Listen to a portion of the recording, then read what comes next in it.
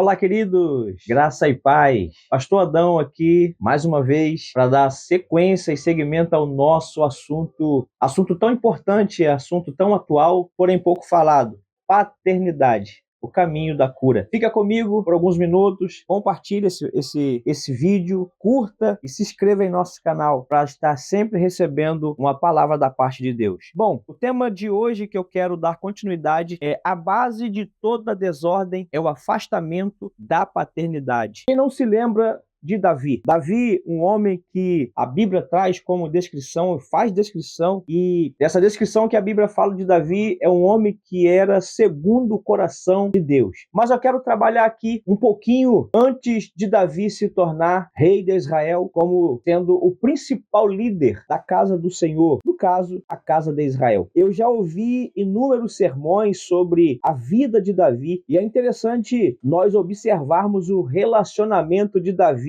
com o seu pai, com seus irmãos. Com isso eu quero refletir com você um pouquinho. Esse é o momento de reflexão. Em primeiro lugar, vamos voltar um pouquinho à história de Davi. A Bíblia relata que Saul havia desonrado a Deus e por isso o Senhor havia criado, ou decidido, na verdade, não mais permitir que Saul continuasse sendo o rei de Israel. A Bíblia nos mostra que Deus orientou o profeta Samuel a ir até a casa de um homem chamado Jessé.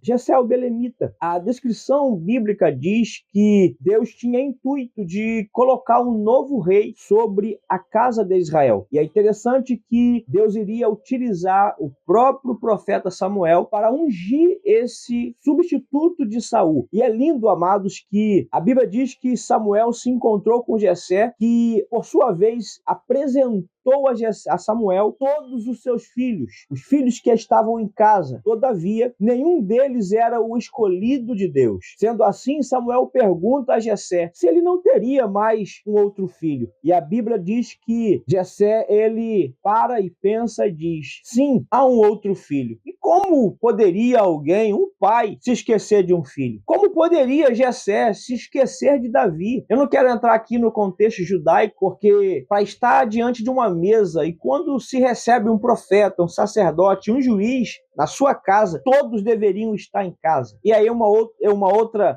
oportunidade eu poderia trabalhar o contexto judaico, por que Davi não estava ali? Mas a pergunta é: como um pai se esquece de um filho? Jessé, ele não teria mais nenhum filho, então? Sim, queridos, Jessé teria mais um filho. Como poderia ele, então, se esquecer de Davi? Certamente ele não acreditou que Davi pudesse ser escolhido, já que dentro daquilo que o profeta Samuel estabelece, um sacrifício, e esse sacrifício teria que ter todos os filhos. Davi, porém, não estava à mesa. É evidente que Davi foi desprezado ali. 1 Samuel, capítulo 16, nos mostra muito claro isso. Como ele poderia se esquecer de um filho? Certamente ele não acreditou, então, que Davi poderia estar ali naquela mesa ou merecesse estar naquela mesa. E é interessante, amados, olharmos que ainda, por mais que o profeta fale, Jessé tinha que mandar chamar Davi. E a história bíblica diz que ainda tem o caçula, ou seja, o mais novo, mas ele está cuidando das ovelhas malhadas. A minha tradução diz assim: é evidente que Davi foi desprezado naquele momento pelo seu próprio pai. Isso carregou consigo um sentimento de rejeição.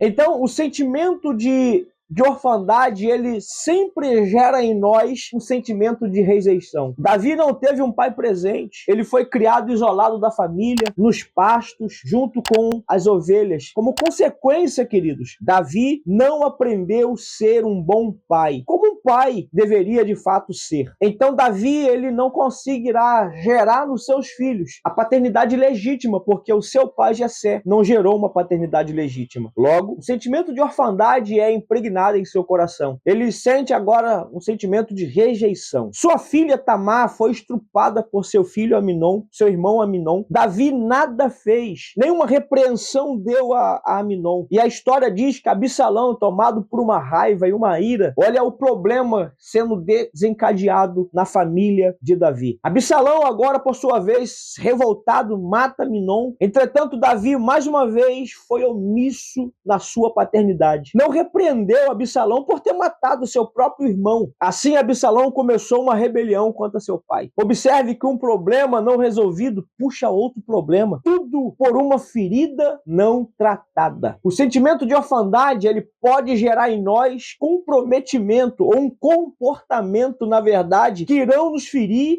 e podem também ferir outras pessoas. Entretanto, não precisamos viver essas coisas, nem sofrer consequências tão duras. Podemos dar um basta nisso. Podemos dar um basta nessa corrente, nessa questão de se sentir desprezado, se sentir órfão, não ter o amparo ali do pai. Nós precisamos quebrar essa cadeia, impedir que essas coisas aconteçam com a gente e com nossos progenitores. Mas para isso precisamos trocar o sentimento de orfandade pelo sentimento de adoção. Essa é a única possibilidade de cura. Sendo assim, eu quero te dar 2 conselhos para poder você conseguir resolver esse problema. Primeiro conselho: resolva suas pendências emocionais. Busque em Deus e faça os reparos necessários para que a relação entre você e Deus e seu pai seja restabelecida. Você precisa se decidir em ir ao encontro a esse trauma. Você precisa resolver essa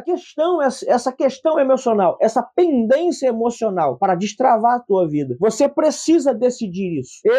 Davi, no caso, teve que resolver os seus problemas emocionais. Só que a Bíblia nos mostra que ele não resolveu. Isso, amados, ele foi levando para sua casa. Ele levou isso para sua família. Então, Davi, ele não resolveu os seus problemas emocionais e isso afetou toda a sua linhagem. Davi, eu costumo dizer que quando a paternidade não te projeta, ela te aleja. Davi, ele foi um aleijado na paternidade. Logo, ele está aleijando também os seus filhos. Assim como ele não repreendeu Aminon, ele aleijou Aminon. Assim como ele não repreendeu também o seu filho Absalão, ele aleijou Absalão a ponto de Absalão usurpar o trono de seu pai. Então eu preciso resolver as pendências emocionais com os seus pais, com os meus pais. Busque em Deus e faça os reparos necessários para que a relação entre vocês se desenvolva. Ele fará com que o coração dos pais se voltem para o coração dos filhos e os corações dos filhos para os seus pais. Malaquias capítulo 4, versículo de número 6. O segundo conselho que eu quero te dar é: resolva suas pendências espirituais com Deus, seu pai. Deus quer ser o seu pai.